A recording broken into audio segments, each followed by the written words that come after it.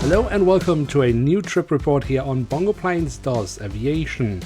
I'm just arriving here on an Air Baltic flight from Billund, and here in Riga I have a connecting flight that it looks like I might miss by a few minutes thanks to the 1 hour delay of my first flight. But maybe we get lucky. Let's see once we are inside the terminal what the damage will be.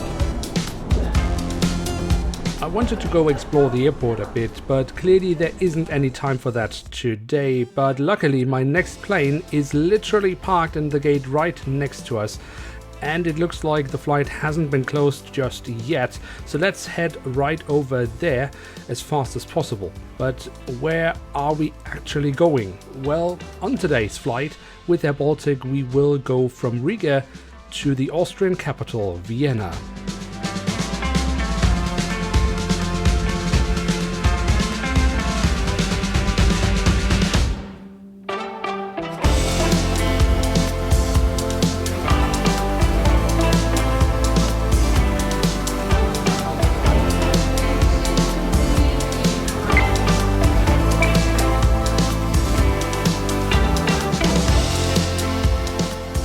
And yeah, my apologies for the somewhat chaotic start to this video, but this is traveling in 2023 and you never quite know what you'll get and how a trip will end up.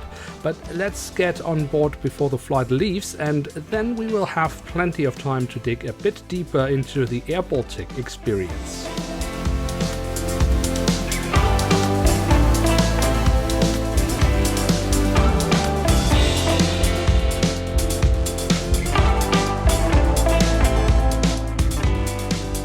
So welcome aboard flight BT273, which we will be experiencing in seat 16F.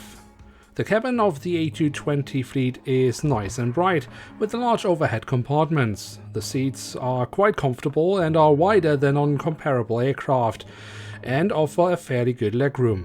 Only the small storage pockets at the seats aren't quite to my liking, as well as the fact that there are no power or USB sockets. Wi-Fi is also not available, but this will change later in 2023 when the airline will start to install this across the airline's fleet. The Air Baltic in-flight magazine is still available in paper form and also contains the menu and Sky Shop. The menu we will take a look at once in the air, and we will also try some of the items offered, so let's not waste any more time as we are now also accumulating a bit of a delay on this flight, so let's go to Vienna. In front of you. Pull the mask towards you and don't worry, the oxygen will start to flow. Place the mask over your mouth and nose and make sure it is well adjusted.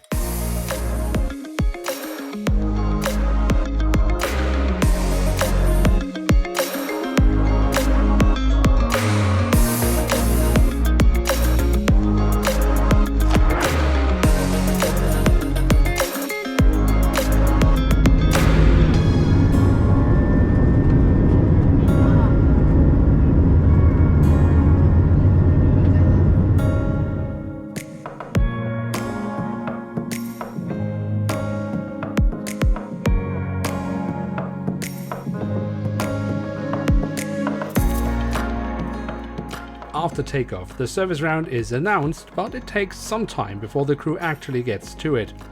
On this close to 2 hours flight, it is however also not really an issue. Meals can be pre-ordered, but the onboard menu also offers meals, snacks, soft drinks and alcoholic beverages. It should be noted that Air Baltic has a policy prohibiting the consumption of alcoholic beverages you have brought on board yourself. This can of course help the crew to monitor the alcohol intake of passengers, and has the added bonus that alcohol sales exclusively go to the airline. What the main motivation behind the policy is, I can only speculate on. For this flight I decided to go for the local Latvian beer and a snack. The Latvian beer will set you back €7.50 and some small snack sausages a further €3. The selection overall is alright, but Air Baltic's onboard offers aren't cheap. So even if you buy supplies at the airport, you will probably still save money instead of buying from the airline. The beer is alright. To be honest, it's quite unremarkable, but that also makes it quite drinkable. The snack was quite a bit bigger than I had expected, so the price, considering it to be onboard sales, is actually alright, but it is still not cheap.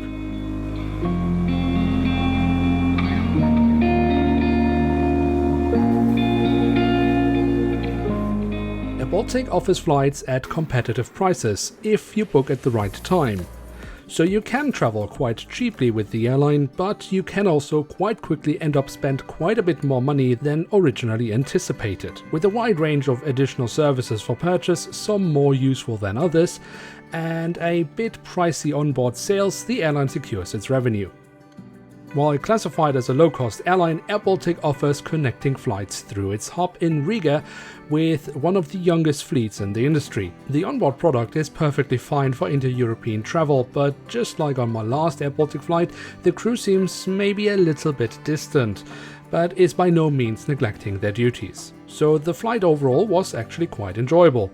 Also, the fact that I managed to make my connection in Riga despite the heavy delay of my inbound flight, and the quite good information policy by the airline during my first flight and the connection in Riga is a big plus.